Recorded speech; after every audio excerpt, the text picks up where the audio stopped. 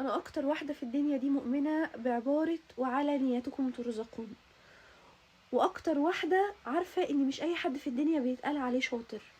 يعني بصريح العبارة كده، الشاطر ملوش في النفسنة، الشاطر مش مؤذي، الشاطر اسلوبه محترم، الشاطر بيسقف للي قدامه وعنده ملكة الامتنان لأي حد سابله علم في طريقه، اي حد علمه حاجة نورت له دماغه وساعدته ان هو يحسن اسلوبه ومستوى حياته. وهنا هرجع لعبارة على نياتكم ترزقون، لان الحمد لله رب العالمين ربنا سبحانه وتعالى ما سابش في حياتي غير شطار.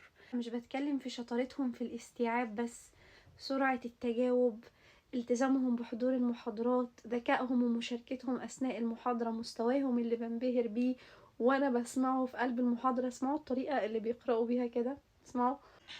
Dov'è una farmacia? Si trova alla fine della strada.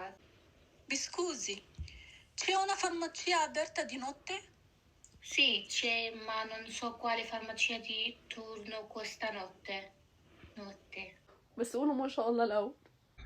Eccole, grazie ad Allah, siete salve.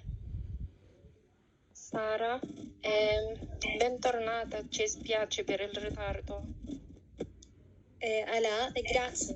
Questa è la campagna di viaggio رقية. لا وكمان مصممين يكتبوا تجربتهم من الألف للياء علشان خاطر يطمنوا أي حد كان في نفس الموقف اللي هم فيه زمان وبيحاول يشاور نفسه علشان ياخد خطوة ويتعلم إيطالي مع